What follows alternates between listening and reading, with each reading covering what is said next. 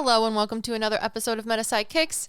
My name is Liv and this is the podcast where we talk about all things metaphysical, spiritual, paranormal, and in between.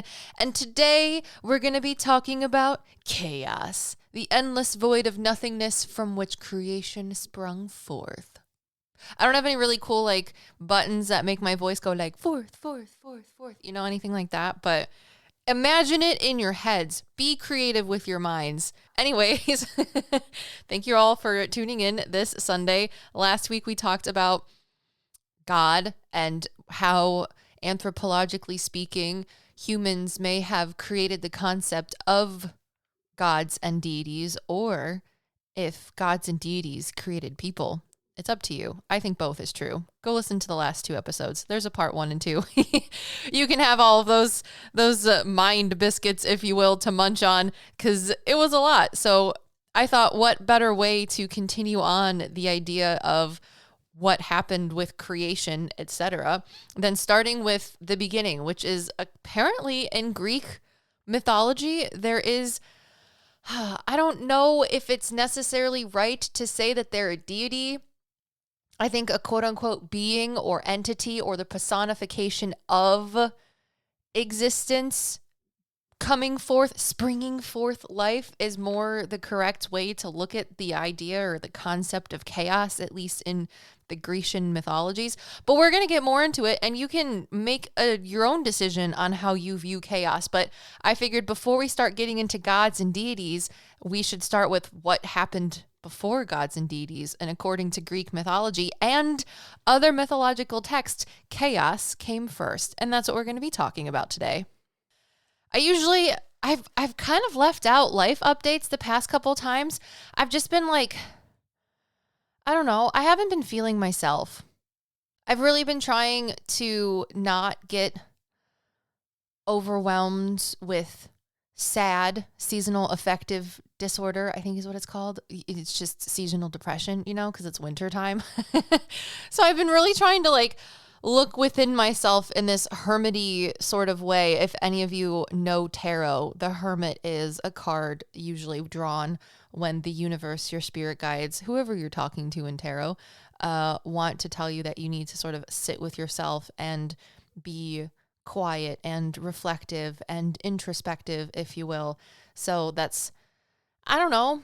It's kind of what I've been dealing with, I guess. If you don't want to listen to my life update, you can choose now to go down to the description below or in the show notes and click past this. But I'm musing, if you will. And then you'll just use that timestamp to skip forward to when we actually talk about chaos. So let's see. What has been happening in my life lately? A lot of good things, honestly, but it's also a lot of, I feel how do I want to explain this? I feel like the past couple months from fall to now winter has been a transitionary period in my life of endings and new beginnings. But when you become an adult, right? And I think maybe this is how I know I'm becoming an adult, because I am an adult. But I feel you never really feel like an adult. And this year has just been interesting. And this transitionary period of fall to winter has been interesting. So the fall, the harvest time, reaping what you sow, bringing it in. And then now you reach winter and it's okay, got nothing else to do. We're going to get into this hibernation sort of period. And we're going to sit with ourselves and either just chill the frick out and understand that we don't really need to do anything right now. We just got to cozy up and survive and be happy and comfy, or we can sit and cozy up and survive and be happy, but also think about a lot of things. And for me, I feel like that's kind of what's been happening with me. And one of the things that I've been thinking about is one, which I talk about in tomorrow's Patreon life update, if you guys are excited to read the specifics on that. I talk about how life, you have big dreams and aspirations as a kid, right? And then you always kind of want to have those goals. And I feel like I've had a lot of goals that I thought would just putter out and just poof out of existence because it just didn't seem like it was going to happen the way it was supposed to. But I'm realizing that if you have a goal right now, or even if you want to think about it like past, retrospectively in the past, like things that have happened and you thought it was going to happen one way, but then it just doesn't happen. So then you lose hope, but then it does happen, just not in the way that you thought it was. That's what I talk about tomorrow in my Patreon life update. But for you guys, I think another thing I've been thinking about, and I've been sort of keeping it to myself because, hence how I know that I'm an adult now, because it makes me nervous, making friends. Like when you're a kid, it's so much easier to make friends. You just like walk up to someone and you're like, hey, I like this about you. You want to be best friends? And it's easier, and then it gets hard when you're in like, I don't know. I know it can be hard in elementary school, but it was really hard for me in like middle school and then into high school. And then everything changed when I was back in college. But now that I'm out of college, I feel like I'm reaching a new transitionary period when it comes to like friendships and people that I don't know, choose to have in my life. And then they so choose to have me and my family in their lives. And it's just changing again. And it's been really, it's been wild for me, guys. Like, it's hard to accept new friendships, I think, when you become an adult because, one, you have all of the responsibilities of an adult, whether you're a parent, a fur mom, you work, you travel, you like have it, just everything that comes with being an adult. It is so much harder just to have friends. But then the caveat too, or like in addition of that hardness of like life gets in the way of being able to hang out with said friends. Making new friends is scary because you've had old friends, right? They leave, you guys grow distant, whatever that might be. And then when new friends have the opportunity to enter your life, you're like, is this a trick? Is this really happening? Is, what's his name? Kelso? What is his actual name? I can only think of Kelso from that 70s show. Is he gonna... Ashton Kutcher, that's what it is. Is Ashton Kutcher going to pop out of here right now and be like, you're being punked? And then like confetti goes everywhere and they're like, you actually didn't make a new friend. Like that's kind of how I feel a little bit right now. Cause I've been having new people like walk into my life and are like, hey, you want to do cool things because I think you're a cool person, which is literally the exact same thing as what happens when you're a kid on the playground or whatever. But as an adult, you're like, does not compute friendship. What? So that's something that I've been going through recently and it's been hard for me to embrace. And I think that's why I've been not talking about it in life updates. Cause it's one of those things that seems like too good to be true. So you just like, don't say anything, kind of like a dinosaur. It's like, if you don't move, it won't see you. If you don't say anything, then it's like the Schrodinger's cat when it comes to being an adult with friendships. If you don't do anything, then it still exists, but it also still doesn't exist, which means you are friends, but you're not friends, which is way easier than saying you are friends or you aren't friends, I don't know. I guess this is my weird, awkward way to talk about how I've made a new friend. And like, there's a difference between a friend and an acquaintance. And I feel like before we were acquaintances that got along really, really well. But now I feel like we're friends and it makes me really excited. So if you guys don't know and you're not like, you're new to the channel, this is the new time you've listened to a life update of mine. Amanda from Mackie and Amanda reached out to me a couple months ago and invited me to go on a trip to Louisiana with her. And I like, how do I describe Amanda? Amanda's favorite color is yellow. I know that. And because like we're friends, right? But it's also like we've done collaborations before in the past with PsycKicks, and it's been business collaborations. And what we've done now is still a business collaboration. It is very much businessy. However,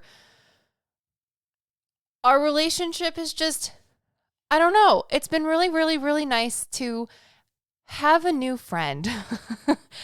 And talk about medium things and girl things and animal things and just like geek out to the nth extent. and travel and have fun and meet new people. And Amanda, she is her favorite color is yellow, and she is just like a ray of sunshine. I've never met someone that is so just like authentically themselves in every way, shape, and form, no matter what. Like, because like going and traveling and doing paranormal investigations in like hotels and things, I've learned so many ways. I was going to say I've learned so much from her, but I've also learned so many ways in which to like approach people. Because again, being awkward, making new friends, forging connections, scarier-ish when you become an adult, easier when you're a child. She just walks up to people and is like, "Hi, this is my name. This is what we're doing. Can we film here?" And I'm like, "Wait, what?" That does not, I feel like they're going to say no. And I've told her that, and she's like, "Well, if they say no, then that's all they say, right?" And she's helping me learn a lot of things. And the reason I guess I'm talking about this now is because I can't I don't know. Her video came out on Saturday. You guys are going to listen to this on Sunday. She's releasing, I think, 8 videos is what I read on her post or something on YouTube. But she's releasing 8 videos of our paranormal escapades in Louisiana. And I just wanted to share with you guys that I have a new friend, and it makes me really happy. And I've been really like nervous to talk about making a new friend, because I feel like when you make a new friend as an adult, it almost is like, it's like finding a unicorn, and Amanda has been a unicorn for this year. And I'm sad that I didn't get to meet Mackie, but I'm sure that in the future I will be able to meet Mackie. And from all of the things Amanda has told me and etc., I can't wait for that. It's going to be exciting. So I'm just making new friends, and it's been terrifying but exciting. And I bring up Amanda just because for 2 reasons. One, it's like relevant to current events that are happening on YouTube right now. And 2, if you guys are asking, I did record things. I just have not had time physically, mentally, emotionally, spiritually to incorporate editing videos. Podcasts are like my portion of the business. It's what I can like actually do to the best of my ability without overextending myself. Like for, I think it was like 4 months, March, April, May, June, 3.5 months, almost 4. I was editing videos and doing the podcast, and it was too much for me. So until I'm able to find more time or other avenues in order to incorporate videos, I will just continue doing podcasts. That's not to say videos won't be in the future. They will be. I have content. I will start I will start editing it. It's just going to be a lot slower, my homies. And that's why I wanted to talk about Amanda. I have other new friends that are happening as well, and it makes me happy. For example, my friend Jake is now in a new relationship, and it makes me happy because Jake and I have been homies since I was like 14 years old. He's the reason I met my husband, and he is a beautiful soul. And it makes me happy that he is in a new relationship with a lovely significant other. And his past significant other was like a very big point of contention in my relationship with him and my husband's relationship with him, because my husband and Jake are best friends. And Jake and I were also best friends. But, 2 guy best friends, I think, trump sometimes a girl and a guy best friend. So it just... The past relationship that Jake was in was probably one of the most hard situations I've ever had to be in emotionally with one of my friends. It was terrible. I lost Jake for almost 2 years because of the relationship that he was in, and he has since gotten out of that relationship, and now he's in a new one. And it makes me happy because I'm able to be friends again with the person that he's in a relationship with, and actually have it be a healthy, lovely, beautiful relationship with another girl. So I'm also excited about that new friend too. What other new friends have I made? Lots of other new friends. Anyways, I just wanted to talk about that. I'm making new friends. It makes me happy. I will start editing videos in the future for the YouTube channel. When, I don't know, but it's not an if, it's just a when. So thank you all for listening to my life update. That's kind of silly and a little coy, but let's get into chaos. All right, so I don't know how much we're going to cover in this in this week's podcast, but I want to talk about the what, when, and a little bit of the why revolving around chaos. So chaos, again, I don't know if it's necessarily good to say that they're a god. I would say that they're more so an entity, because in a lot, like, they're Greek. It's Greek mythology. Chaos is supposed to be the entity representing the primitive lack of order existing before the birth of the universe, right? So last week we talked about how I have a idea or understanding of my concept of God, creator, source, whatever you want to call them, as being the Big Bang, like the energy that created the Big Bang, I think would be my interpretation of a single God. However, I do believe that there are a pantheon or the ability of other gods or goddesses to exist as well after the Big Bang. So this kind of goes into that. I'm not saying that I think chaos is God itself.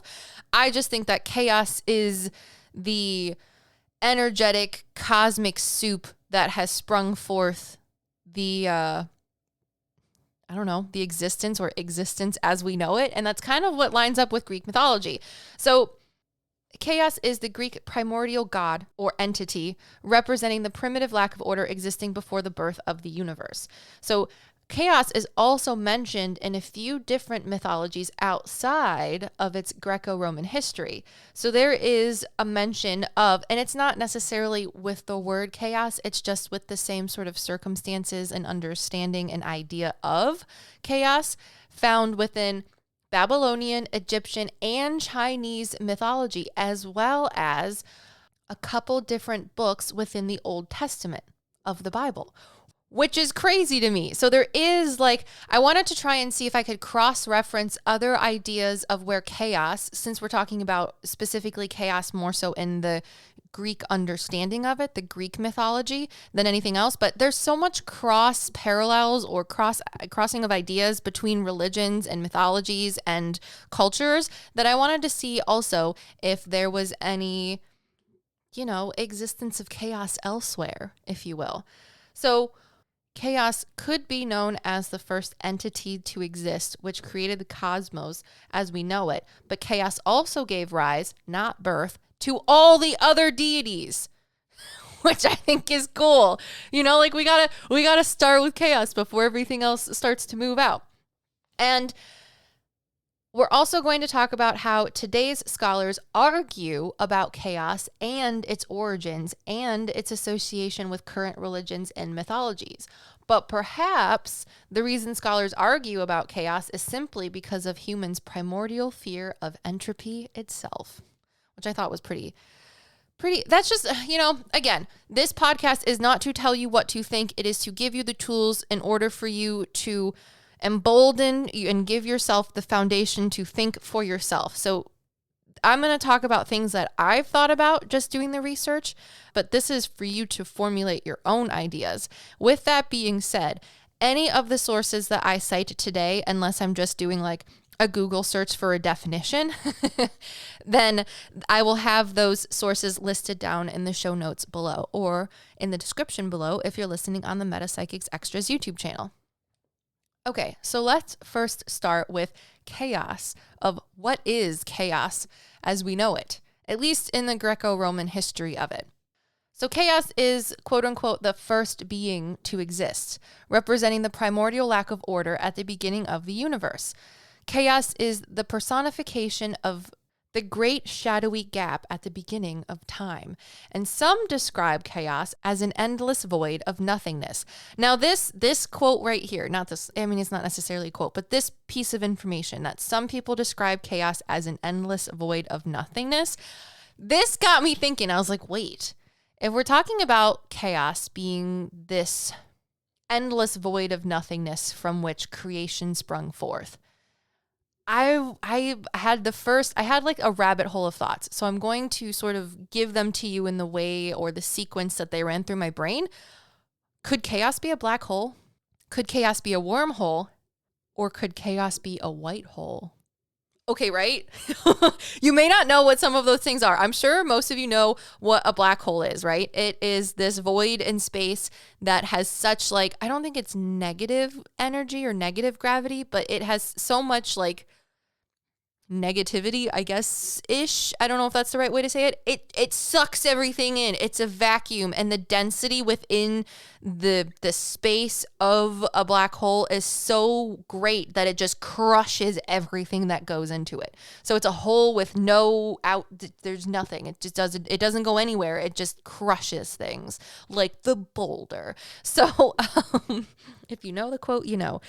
But I was like, okay, so could Kháos just be a black hole, right? Because I feel like when we're talking about religions and deities or learning about religions and deities, it's of my opinion that I think humans use the concepts of gods and deities in order to rationalize things that we either do or don't know. For example, the Greek philosophers had the idea of chaos, which in my mind, you could literally say is the Big Bang.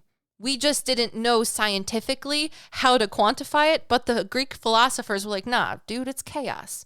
So, I think everything has a purpose and everything comes from somewhere. Like every idea has a purpose and it comes from somewhere, and it's something that we already know. And if we don't know, we're going to learn in the future. So could chaos be a black hole? And then I was like, I guess it wouldn't be a black hole because black holes crush everything. But I do think that, like, I think in a couple podcasts back, like way far back, we were talking about maybe time or time travel, maybe. And I had this sort of intrusive thought that black holes, when we're thinking about the structure of our universe, could actually be structural filaments holding up our universe like the framing of a house. And then I poop you guys not. A couple weeks ago, I was going through Facebook Reels, right? I'm an old person. And I saw a little snippet of a video. I know it had Neil deGrasse Tyson in it. I don't know who he was talking to. It may have been Joe Rogan, but it may have also been someone else. And they were talking about how now people have the idea that black holes could be like structural filaments for the universe, sort of holding everything up. And I was like, wait, no, you're not telling me that these smarty pants scientists are telling me the same thing that I had as a weird claircognizant thought, just like flippantly on a podcast months ago?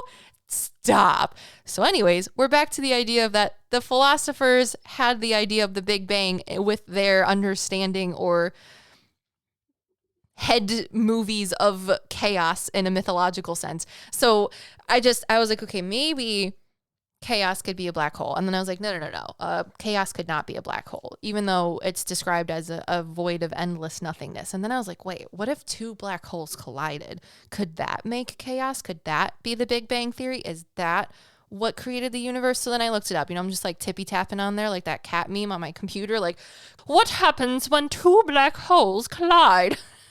And I'm here to tell you, according to the internet search results, you just get a bigger black hole. One black hole eats the other big black hole, and then there's just a bigger black hole. So if they were playing rock, paper, scissors, black hole just makes black hole. So I was like, okay, well, what about, hear me out, Google search engine.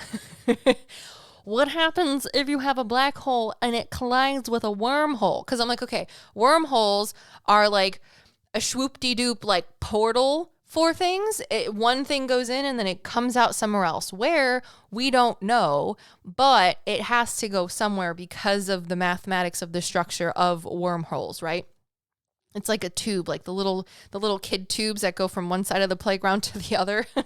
That's a wormhole. So then I typed it up and I was like, well, what would happen with this? And it did not make like a thing. There was a couple different, it didn't make chaos, which I was like, wah, sad. So what happens when a black hole and a wormhole collide? I think there was a couple different things that could happen. I believe one of them was that the wormhole becomes a black hole. And then another one, I think if the black hole is small enough, then the black hole like goes inside of the wormhole and then starts to like eat it away from the inside. But don't quote me on that. Just type it up like I did on your Google search engine. Maybe go into like incognito mode or something, because then it'll help keep whatever your search results were before filtered out of the results that you'll get then. So it'll be more of like this is specifically what I'm looking for without the rest of the algorithm being concocted into it. But then through this little tippy tap Google search, I figured out that there's something called a white hole, guys. Now, a white hole is the exact opposite of a black hole. However, they are only hypothetical. No one has ever actually seen a white hole, but a white hole is a hypothetical object predicted to expel matter and energy, while black holes trap it. So my thought from reading this was, is our entire universe just a white hole? Because, okay, hear me out. We know that our universe is ever expanding, right? It's getting bigger. We're all going out. But we also have to think about the universe in the system or the understanding of like entropy. So entropy is just talking about how energy and heat is exchanged within a system. And if you think about our universe as a system is just going to be like a quantifiable area that you can sort of look at. In basic biology, when you go into like a chemistry class, they will tell you that a system is like a thermos, right? Because we're talking about energy, the transfer of heat. If you use this idea in the idea of a thermos, the thermos is going to be the system. It holds the energy, whatever it is, hot coffee, hot soup, good soup, cold soup, whatever. We're going to say hot soup just for this explanation. Now, however well insulated that thermos is going to keep the heat or the energy within the thermos, and it's not going to be transferred outside of the system, i.e. the thermos, and then be let loose into the environment around it. So when you think about the universe as a system, and you think about the earth and the sun and the stars and the moons, whatever, all of those things are expelling light. They're expelling energy. So if the universe is a system and all of those planets and things and us are expelling light and energy, wouldn't that make sense that we could be a white hole? You know, like listen to what a white hole is again. It's a hypothetical object predicted to expel matter and energy. That's what we're doing right now, guys. We're expelling matter and energy. I'm sure right now, as you're sitting listening to this podcast, you are expelling matter and energy. Maybe you're a white hole. Maybe we're all just a part of a white hole. And this is where I was like, maybe chaos is a white hole, right? And there are theories, again, because a white hole is only hypothetical. They've never actually seen one. And then I also was like, wait, could a black hole exist in a white hole? That's another thing I was like Google searching, tip-tapping on my keyboard. And yes, black holes could exist in a white hole. Because I was like, wait, if we're just living in a white hole, if our universe is the explosion from a white hole, like taking place, like that was chaos itself, then maybe black holes couldn't exist in a white hole, right? And they're like, no. Hypothetically speaking, around this theoretical thing that we don't even know it exists, black holes could exist in white holes. So I'm like, oh, if we are a white hole and there's black holes that exist in our universe because we've seen them, we've like mathematically figured out where they are in relation to us. Anyways, we could all be living in a white hole. And I just like, I'm not going to be able to sleep tonight. So maybe chaos is a white hole, you know? It expels matter and energy. It creates, or it like its creation is what makes matter and energy. And since it's always expanding, then it just keeps going with quantum reverberations and all of these other things. And if you talk about like spiritual things, right? We're going to talk about like God, white light, white hole, and expelling of energy. I can't. It just makes like silly spiritual sense. That's my own little tiny like thought that I have in my head now. So anywho, chaos is seen as both a deity and a thing, which I've already kind of like danced around because I feel like I want to call chaos a thing. Also, I think it's important to say that chaos in my studies was referenced, which doesn't really make sense, but was referenced as a she So I think that might just be anecdotally, because when men start to quantify things or talk about things, they're like a she. Like, ask your dad right now. Ask them if their car is a boy or a girl. You know? When you talk about like old history people and like guys piloting ships or ship captaining ships, whatever you want to call it, navigating the seas, they're like, oh, that there's Bessie, my vessel. You know, like everyone just talks about things as a she. Plus, since Kháos was what gave birth, not necessarily gave birth, but what created gods and deities, you know, things that create things usually are referenced as female. However, I was having this conversation with a friend, since we were talking about friends, in the in the life update. And they said that they felt like Kháos was masculine in their energy. So I'm not saying that Kháos can be masculine or feminine, or that there is a masculine or feminine idea of Kháos. I think Kháos is energy, and energy is intrinsically or can be either masculine or feminine or both. So it doesn't matter. It could also be neutral. I just figured that was an interesting talking point. Maybe let me know if you think the energy of Kháos feels more masculine or feminine in the comments below if you're listening on the PsycKicks Extras YouTube channel. I don't know. We also did talk about how, based on the things that were going on in my friend's life, they felt that the energy of Kháos was more masculine, but they also think that that is because of the things that are going on in their life and the perspective that they have towards the energy of Kháos, where it's more of as something that is destructive or creates entropy or facilitates the absolution of things in their life. So therefore they have more of a masculine connotation when they think of the concept of Kháos. Anyways, that's neither here nor there. It's just another sort of thought-provoking thing that crossed my mind. So Kháos is seen as both a deity and a thing, credited in their mythologies as creating the heavens and the earth. So some Greco-Roman poets interpret the existence of Gaia and the following deities as being, quote, birthed from Kháos, but they were in fact not birthed in the same way as, say, like Hephaestus is the son or the offspring of Zeus and Hera. Kháos just made the following deities. They weren't necessarily an offspring or a son or daughter. They just came from Kháos themselves. So the following deities were created out of Kháos. So you have Gaia, who is earth, Aether, who is the sky, Tartarus, who is the deep abyss. And if we have any like Disney fans out there, Tartarus is the place in which Zeus put all of the Titans. It's like the underworld, but also not the underworld. It is and it isn't. You could argue it. There's lots of ways to argue it. But anyways, that's not what we're talking about. The next god that was created out of Kháos was Arose, the love and desire deity, who subsequently in other sort of theology books or interpretations can also be seen as the son of Aphrodite. But again, theology speaking, or theology wise, like the history of the gods and deities, Arose is sprung forth from Kháos. The last two are Erebus, who is the deity of darkness, and Nyx, who is the deity of the night. Now, I think this is interesting to think about. So when you're thinking about Gaia, who is earth, Aether, the sky, Tartarus, Eros, Erebus, and Nyx, it's almost like they're split from Kháos. They are Kháos, and Kháos is them.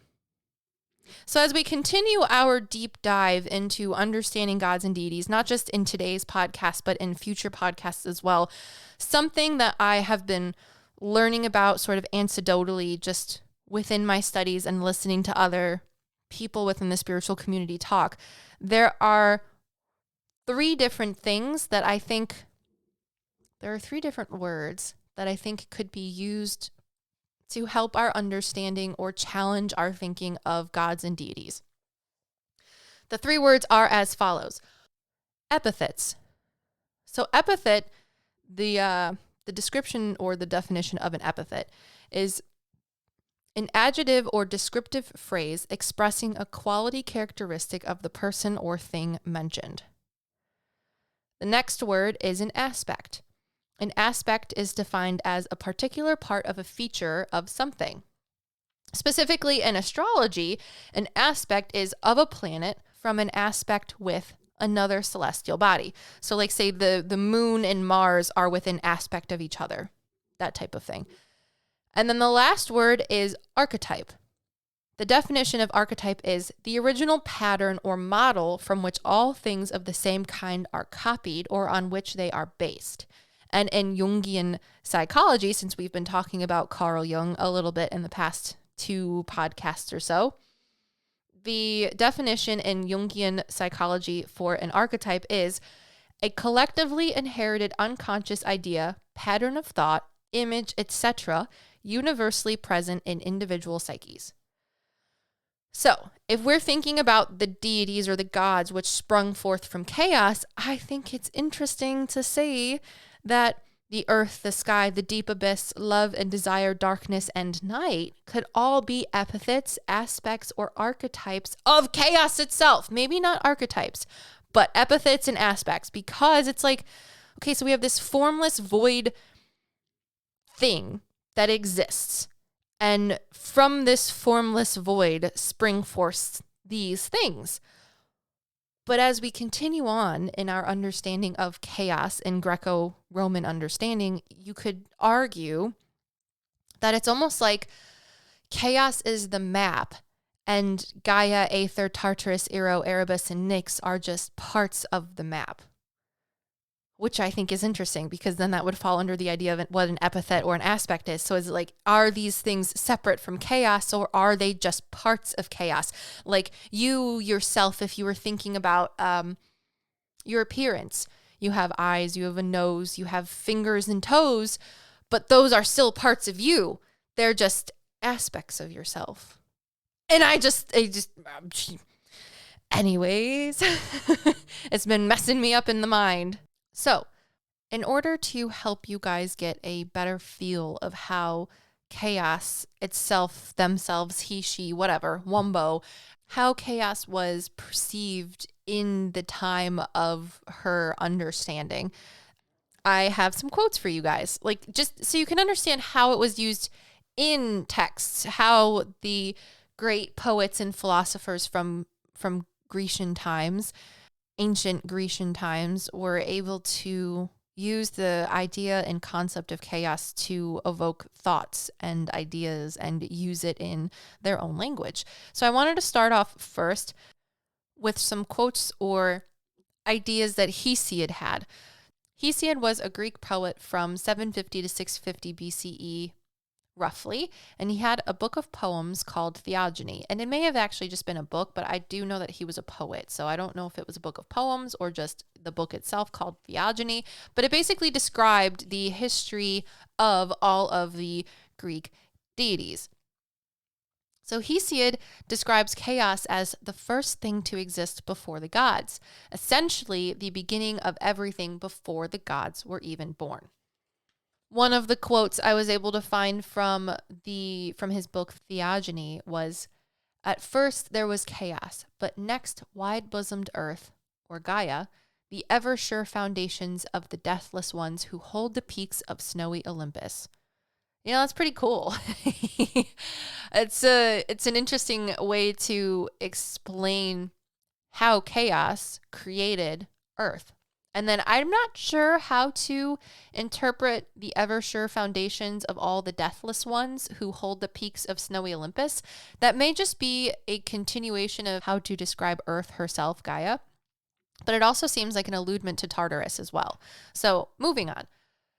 Hesiod really used the concept of chaos to expand upon the Greco-Roman understanding of cosmology, which is the creation of the universe. So chaos wasn't just the creator of air and earth and night and darkness, whatever. Chaos was seen in the concept of Greek, and I think it was also Babylonian, Chinese, and Egyptian mythologies, the idea of chaos, not chaos in the same Greek understanding, but the idea of chaos itself was used to understand how the universe itself exploded or came about. And this is going to be important in part 2 because I think I'm going to have to make this into a part 2. So get ready for that. But Hesiod really used the concept of chaos to expand upon the Greco-Roman understanding of cosmology. He interpreted chaos as either the gaping void above the earth created when earth and sky separated from chaos itself, which is interesting. So again, he's talking about how chaos didn't give birth to these gods. It just created Gaia and Aether. So it's almost like there was this primordial unity, or this separation from primordial unity, not a birth itself of these gods. So Hesiod continues on by saying that the gaping space between earth on which earth rests, which again, he's talking about let me see if I can read this more cohesively. Hesiod says, the gaping void above the earth created when earth and sky separated from chaos itself, the gaping space below earth on which earth rests. So it's cool to see how Hesiod is saying how chaos is both the sky, the air, and the space below the earth, Tartarus. So that deep abyss. It's just, I don't know. It's interesting to see how they explain chaos in their poems. So heavenly chaos is also used in a verse where Artemis kills Orion and, quote, sets him into chaos, describing the constellation we all know today. And I have that quote. Let me see if I can find it. So my notes say chaos was later identified with the primordial mix of elements, earth, water, fire, and air, and described in the Orphic theologies as the primal, quote-unquote, mud. And from Valerius Flaccus, translated by Moseley in the 1st AD, the specific quote from this poem was, Orion fell by the cruel virgin Artemis' shaft and now fills chaos, i.e. the air, or the Orion constellation, which I thought was really cool. I was like, interesting way to explain chaos. Now, we also have the idea of primal chaos, which was sometimes said to be, quote, the true foundation of reality. And this was mostly used by a philosopher by the name of Heraclitus. Please don't tell me if I'm saying that wrong, because it'll make me laugh. Anyways, so I think it's interesting that Heraclitus thinks that chaos is said to be the true foundation of reality, because I want to sort of expand upon this in part 2 as well, when we get into more of the biblical Old Testament segments of how chaos is referenced, as well as we're going to talk about some topics called chaos comps in next week's podcast. And I think Heraclitus was on to something.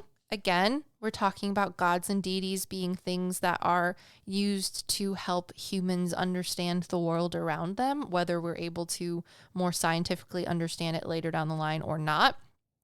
But I think that by saying that primal chaos is the true foundation of reality, that makes me think about entropy. And entropy is our world becoming slowly disorganized. It's the natural state of existence leaning towards, I don't want to say chaos because we've been using it a lot, but just dysfunction, breaking down, things like that. And I think that humans have an innate fear of that. So to sort of parallel entropy being the true state or foundation of reality, that might kind of point towards a lot of things in next week's podcast that we're going to talk about with the idea of chaos comps. So anyways, we're going to continue with more quotes that help you sort of understand where or how chaos was perceived in Greco-Roman culture. So now I have the last quote for you is from Ovid's Metamorphoses. And I learned a lot about Ovid too. In addition to Carl Jung, my husband went on a whole tirade of understanding Ovid, and that might have been my fault, but he learned way more about Ovid than I did. And Ovid is an interesting character. I mean, if you guys know, you know, but he is. So anyways, this is Ovid's Metamorphoses quote about chaos. This is what like the Greeks and the Romans and people nowadays are reading about the idea of chaos and how people used to perceive it. Ovid says, "Air, land, and sea, and the all-covering sky were made, and the whole world, the countenance of nature, was the same, all one, well-named chaos, a raw and undivided mass, naught but a lifeless bulk, with warring of seeds, ill-joined elements compressed together. No Titan as yet poured light upon the world, no waxing Phoebe her crescent filled anew, nor the ambient air yet hung the earth. Self-balanced, equiposed, nor Epithets arms embrace the long far margin of the land. Though there were land and sea and air, the land no foot could tread, no creature swim the sea, the air was lightless, nothing kept its form, all objects were at odd, since in one mass cold essence fought with hot, and moist with dry, and hard with soft, and light with things of weight. This strife a god, or the primordial, with nature's blessing solved. Who sovereigned land from sky and sea from land, and from the dense vapors set apart the ethereal sky, and each from the blind heap resolved the free. He fastened in its place appropriate and peace and harmony. The fiery, weightless force of heaven's vault flashed up and claimed the topmost citadel. Next came the air in lightness and in place. The thicker earth with grosser elements sank burdened by its weight. Lowest and last, the girdling waters penned the solid globe. So into shape, whatever god it was reduced, the primal matter, and prescribed its several parts. Then first, to make the earth even on every side, he rounded it into a mighty disk, then bade the sea extend and rise under the rushing winds, and gird the shores of the encircled earth." So if you guys go back, you can listen to how chaos dissolved or separated itself into earth, air, land, sea, etc.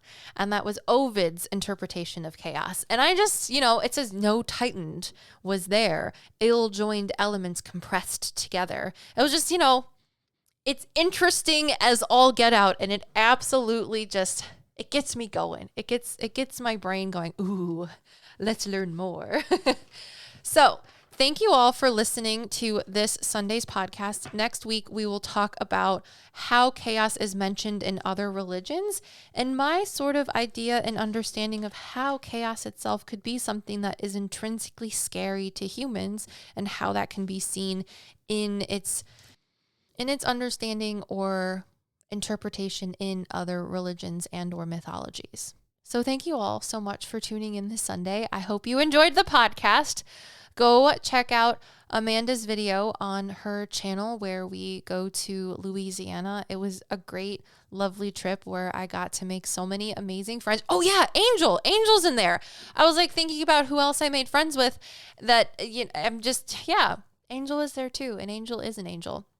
So anyways, I'm sure I'll talk about that more on Patreon in the future. That's just my own little sort of excerpt on it. And yeah. Chaos, guys. Don't let it scare you. It's an interesting sort of concept that we'll get more into next week. Thank you so much for tuning in, and until next time, peace.